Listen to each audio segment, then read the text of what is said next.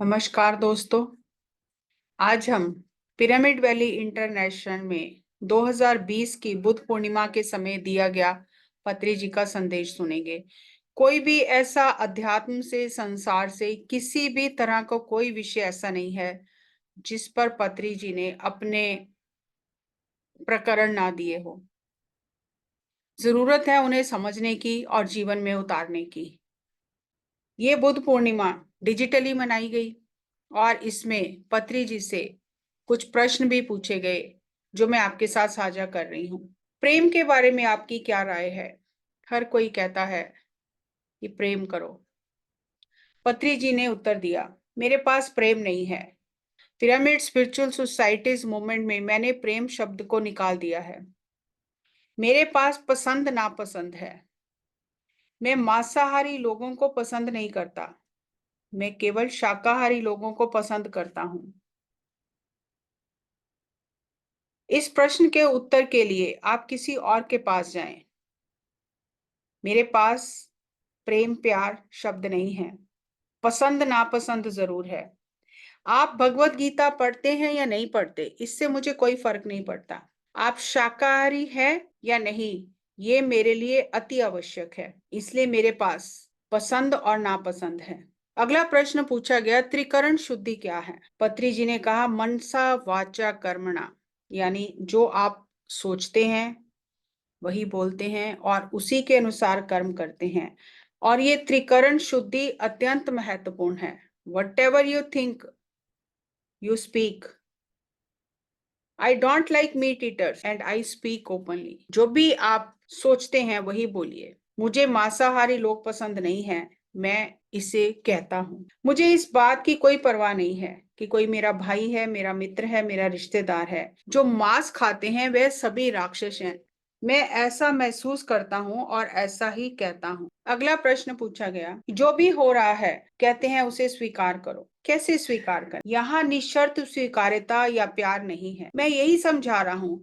अगर आपको कोई जहर दे रहा है तो आप स्वीकार करेंगे क्या? आपको क्यों जहर पीना है? ये मूर्खता है। आप दूसरों की मूर्खता को कैसे स्वीकार कर सकते हैं? हर चीज के साथ शर्त जुड़ी है। प्यार, दोस्ती, करुणा, स्वीकार्यता, समर्पण सब सही है। लेकिन अगर सही है तो स्वीकार करो। अगर सही नहीं है तो आपको क्यों स्वीकार करना है? समर्पण भी शर्त सहित है। शर्त रहित कोई समर्पण नहीं है। अपनी व्यवहारिक बुद्धि का इस्तेमाल करें। आप हर चीज को निशर्त स्वीकार कैसे कर सकते हैं? जो सही है केवल उसे स्वीकार करें। परिस्थिति की वास्तविकता को स्वीकार करना और उसके अनुसार कार्य करना और इससे बाहर कैसे आना है उसका मार्ग ढूंढना है। यहाँ कोई अंधभक्ति नहीं है। अगर पति पत्नी में विचारों का मतभेद है, एक नहीं बदल रहा, हर समय लड़ाई झगड़ा हो रहा है, तो स्वीकार करना पड़ता है क्योंकि हम दूसरे को बदल नहीं सकते। लोग ऐसा कहते हैं। तो पत्री जी ने कहा, नहीं, उच्च लोकों में शादी पति पत्नी जैसे रिश्ते नहीं हैं। ये धरती पर ही है। उच्च लोकों में केवल मित्रता है, पवित्रता है। हर एक की मुक्त इच्छा है अपने हृदय की सुने। धरती पर भी यदि ऐसा ही हो तो धरती स्वर्ग बन जाए। हमें धरती पर स्वर्ग बनाना है। यही पिरामिड स्पिरिचुअल सोसाइटीज मूवमेंट का कार्य है। अगला प्रश्न पूछा गया, द्वैत और अद्वैत क्या है? लोग कहते हैं 90% लोग अद्वैत को नहीं समझते, तो इसलिए इस विषय के बारे में बात ही ना करें। भगवत गीता में भी ऐसा ही कहा गया है। कृपया आप बताएं, क्या ये सही है? पत्री जी का उत्तर, पूरी भगवत गीता अद्वैत के बारे में बात करती है, द्वैत के बारे में नहीं। आपको ये किसने बताया? मूर्ख लोग गलत अर्थ करते हैं। द्वैत अद्वैत दोनों ही अच्छे हैं। आप अपनी अद्वैत प्रकृति को द्वैत जगत में ही परख सकते हो। द्वैत संसार का महान मूल्य है, उसे कम ना आंके, अन्यथा आप अपने आप को कहाँ परखेंगे? ये द्वैत संसार अद्वैत की कसौटी है। हर एक अद्वैतवाद मनुष्य को द्वैत में स्वयं को जांचना है। कल आप शरीर छोड़ देंगे और उच्च लोकों में जाएंगे, फिर आप द्वैत जगत में दोबारा आना चाहेंगे खुद को परखने के लिए। बुद्ध बनने के बाद बुद्ध भी कई बार धरती पर आए। हर कोई आत्मा स्वयं को विभिन्न परिस्थितियों में परखने, जांचने और मजबूत करने के लिए बार बार धरती पर आती है। द्वैत शब्द अत्यंत महान है। इसके मूल्य को कम ना आंके, इससे भागे ना, इसके अर्थ को ना बिगाड़ें। पिरामिड मास्टर द्वैत से भागता नहीं, हम जन्म और मृत्यु दोनों से घबराते नहीं हैं। दोनों परिस्थितियों में हम समभाव में रहते हैं। लेकिन ये आपको कैसे समझ में आता है? ये आपको ध्यान, स्वाध्याय और सज्जन सामंजस्य से समझ में आता है। आप स्वयं को सुधारने के लिए, अपनी गुणवत्ता को सुधारने के लिए इस धरती पर आते हैं और आपके माध्यम से आप संसार की गुणवत्ता को बदलते हैं। ये शब्द हर व्यक्ति के लिए अत्यंत महत्वपूर्ण है, चाहे वो आध्यात्मिक है या नहीं है। हर आत्मा आध्यात्मिक ही है। हर जन्म आत्मा की प्रगति के लिए है।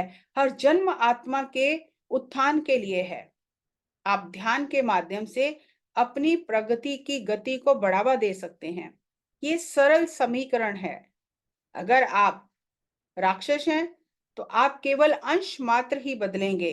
द्वैत में आने के बाद भी आपके अंदर ज्यादा बदलाव नहीं होगा। इसलिए हम कहते हैं अपनी प्रगति की गति को बढ़ाओ, शाकाहारी बनो, योगी बनो, ध्यानी बनो, ताकि आपकी प्रगति तीव्र हो। नहीं तो हर कोई विकसित हो रहा है, चाहे वह ध्यान कर रहा है या नहीं कर रहा।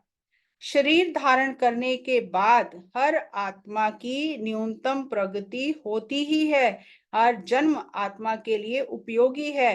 हर अनुभव आत्मा के लिए उपयोगी है, जो भी अनुभव हो। इसलिए ध्यान, स्वाध्याय और सज्जन सांगत्य करने से आपकी प्रगति की गति बढ़ जाती है। अगला प्रश्न, सृजन करना और सृजन होने में क्या अंतर है? चीजें जैसे हो रही हैं वैसे हो ही रही हैं, फिर कल्पना करके उन्हें बदलना, सृजन करना, लक्ष्य निर्धारित करना, इसका क्या अभिप्राय है? ये प्रश्न बार बार आता है।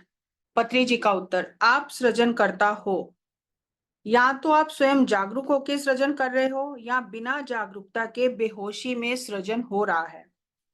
आप चेतन रूप से या अवचेतन रूप से सृजन कर ही रहे हो। ये ऐसे ही नहीं हो रहा। आप सचेतन रूप से सृजन करो, यही आध्यात्मिकता है।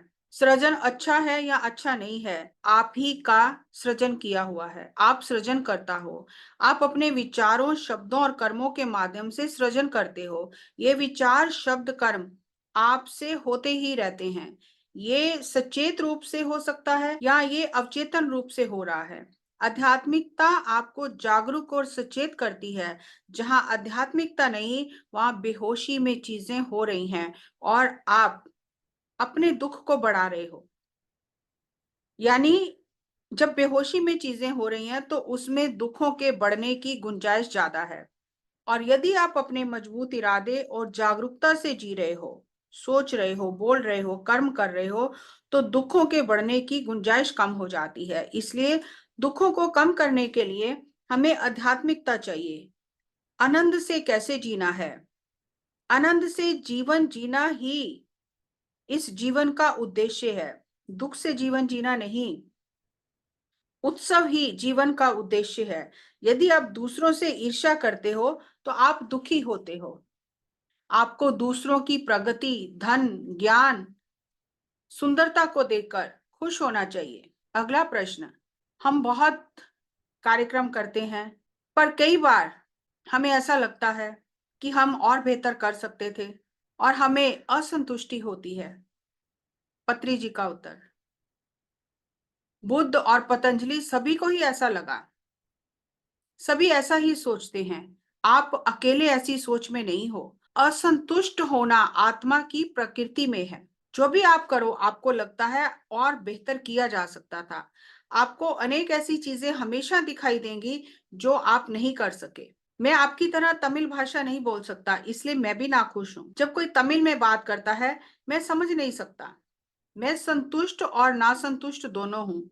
जब कोई अच्छा संगीत बजाता है, मैं असंतुष्ट और नाखुश होता हूँ कि मैं ऐसा क्यों नहीं कर सकता। निपुणता एक ऐसा लक्ष्य है जहां हम कभी नहीं पहुंचते। आप कुछ क्षेत्रों में निपुण हो सकते हैं, पर दूसरे अन्य क्षेत्रों में आप निपुण नहीं होते हैं, ये ऐसा ही है। आप अपनी नाखुशी में भी खुश रहें। अगला प्रश्न पूछा गया कि मैंने विभिन्न संस्थाओं में नेतृत्व की कई शैलियां देखी हैं, पर आपके अंदर जो नेतृत्व का गुण है वह किसी में नहीं है। आप सबको प्रोत्साहित करते हैं और सालों से मैं देख रहा हूं कि आप अपने उद्देश्य की पूर्ति सबको साथ लेकर चमत्कारिक ढंग से करते हैं। ये आप कैसे करते हैं? पत्री जी का उत्तर, ये कोई चमत्कार नहीं है। मैं सबकी प्रशंसा करता हूँ, इसलिए वह और अच्छा काम करते हैं। मैं प्रशंसा करने का मास्टर हूँ। जब आपका बच्चा पहली बार चलना शुरू करता है तो क्या आप उसकी प्रशंसा नहीं करते कि वह चलना सीख रहा है, वह अपने पैरों पर चलने की कोशिश कर रहा है? हम ताली बजाते हैं, उसकी प्रशंसा करते हैं कि मेरा बच्चा चलना सीख रहा है। और जब वह पहली बार माँ या पापा बोलता है तो भी हम प्रशंसा करते हैं, ताली बजाते हैं कि उसने पहला शब्द बोला। जो भी कोई कार्य करता है हमें उसकी प्रशंसा करनी चाहिए। आप जितने ज्यादा आत्मज्ञानी होते हैं उतनी ज्यादा आप दूसरों के कार्य की प्रशंसा करते हैं, और यदि आप मूर्ख होते हैं तो आप किसी की प्रशंसा नहीं करते। आपकी प्रशंसा ही चमत्कार है। आप बहुत महान हो, बस इतना ही मंत्र है। यही असली नेता का गुण है। कुशल नेता वही है जो हर किसी में ये विश्वास जगाता है कि आप भी उसके जैसे महान हो, आप भी नेता हो। जो मैं कर रहा हूं वो आप भी कर सकते हो। और ये गुण पत्री जी में भरपूर था। वे हर किसी के कार्य की प्रशंसा करते थे और उन्हें आगे बढ़ाते हुए, जिम्मेदारी सौंपते हुए साथ लेकर चलते थे। अगली कड़ी में और पत्री जी के दिव्य ज्ञान को आपके साथ साझा करेंगे। तब तक नमस्कार, धन्यवाद।